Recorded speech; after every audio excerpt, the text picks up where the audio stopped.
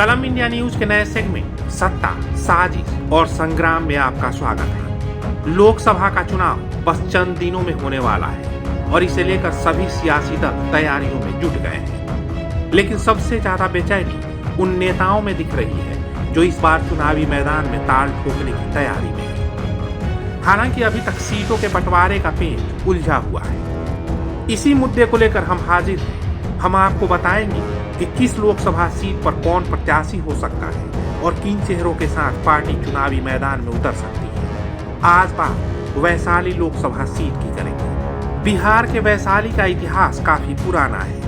जैन और बौद्ध धर्म के अनुयायियों के लिए यह एक पवित्र स्थान है। जैन धर्म के अंतिम तीर्थंकर भगवान महावीर का जन्म यहीं हुआ था, तो भगवान बुद्ध ने अपने ज्ञान से इस स्थली को सींचा है।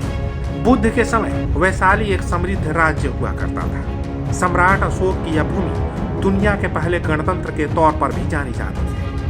वैशाली विश्व में लोकतंत्र की प्रथम प्रयोगशाला भी रही है।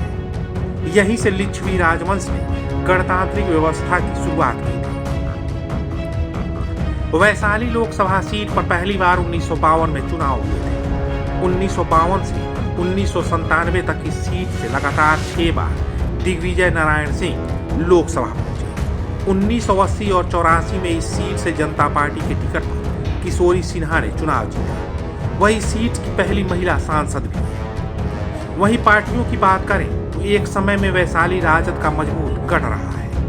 राजद के वरिष्ठ नेता डॉक्टर रघुवंश प्रसाद सिंह यहां से लगातार 5 बार सांसद रहे हैं। 1996 में पहली बार आरजेडी के डॉक्टर रघुवंश प्रसाद सिंह यहां से जीत हासिल कर लोकसभा पहुंचे।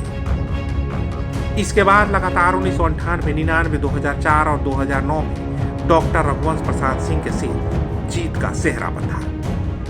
परफेक्शन IAS, UPSE और BPSC फाउंडेशन क्लासेस के लिए समर्पित संस्थान। यहाँ आपको UPSE selected and interview appeared faculties द्वारा गाइड किया जाता है। Separate batches for Hindi and English medium. 65वीं और 64वीं BPSC एग्जाम में 69 और 107 रिजल्ट्स एवं 66वीं BPSC एग्जाम में 131 रिजल्ट्स हासिल किया है परफेक्शन IAS टीम ने। परफेक्शन IAS, कुमार टार, बोरिंग रोड, पटना।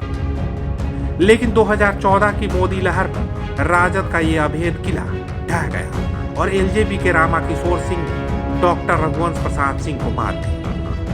2019 में एक बार फिर से एलजेपी की वीणा देवी ने रघुवंश सिंह को मात दी। वीणा देवी जेडीयू के MLC दिनेश चंद सिंह की पत्नी है। 2019 के चुनाव में वीणा देवी को 5,68,215 वोट मिले थे, जबकि रघुवंश सिंह को 3,33,631 वोट मिले थे। इस लोकसभा क्षेत्र में कुल 17,18,311 मतदाता हैं। इस सीट पर अगड़ी जातियों का शुरू से बोलबाला रहा है। यहाँ राजपूत, यादव और भूमिहार जाति के वोटर ज्यादा हैं। लेकिन कई उपजातियों को मिलाने के बाद अति पिछड़ों और दलितों की आबादी यहाँ निर्णायक है। खासकर कुर्मी, कुशवाहा और नोनिया जाति के वोटर चुनाव पर असर डालते रहे हैं। वैशाली से वर्तमान में एलजेपी पारस वुड से सांसद वीणा देवी है। इसके बावजूद बीजेपी के कई कद्दावर नेता यहां से अपनी दावेदारी पेश कर रहे हैं। पूर्व मंत्री सुरेश शर्मा ने सबसे पहले यहां से अपनी दावेदारी पेश की। सुरेश शर्मा पूर्व मंत्री रहे और बड़े उद्योगपतियों में शुमार किए जाते हैं। बीजेपी के पुराने नेताओं में शुमार सुरेश कुमार शर्मा 2019 में भी लोकसभा के लिए कोशिश करते दिखे थे। हालांकि उस समय उन्हें टिकट नहीं मिला था। इस बार भी वो दिल्ली के दौर में शामिल है। वहीं इसके बाद साहेबगंज से विधायक राजू सिंह ने भी वैशाली संसदीय क्षेत्र से चुनाव लड़ने का ऐलान किया था। आरजेडी नेता अपहरण कांड में नाम आने के बाद सुर्खियों में आए राजू सिंह भी दबंग विधायक माने जाते रहे हैं और वो भी दिल्ली जाने का सपना देख रहे हैं। हालांकि इस बार भी उनकी मंशा पूरी होती है या नहीं, ये देखने वाली बात होगी। वहीं पूर्व मंत्री अजीत कुमार भाजपा में शामिल होने के साथ ही वैशाली से चुनाव लड़ने का दावा कर चुके हैं। अजीत कुमार भी बिहार सरकार में मंत्री रह चुके हैं और लगातार अपने इलाके में एक्टिव भी है। अजीत कुमार भी दिल्ली की दौड़ लगाने के लिए जुगत भिड़ाने में जुट गए हैं। ऐसे में वैशाली संसदीय क्षेत्र की स्थिति एक अनार 100 बीमार वाली बन गई है।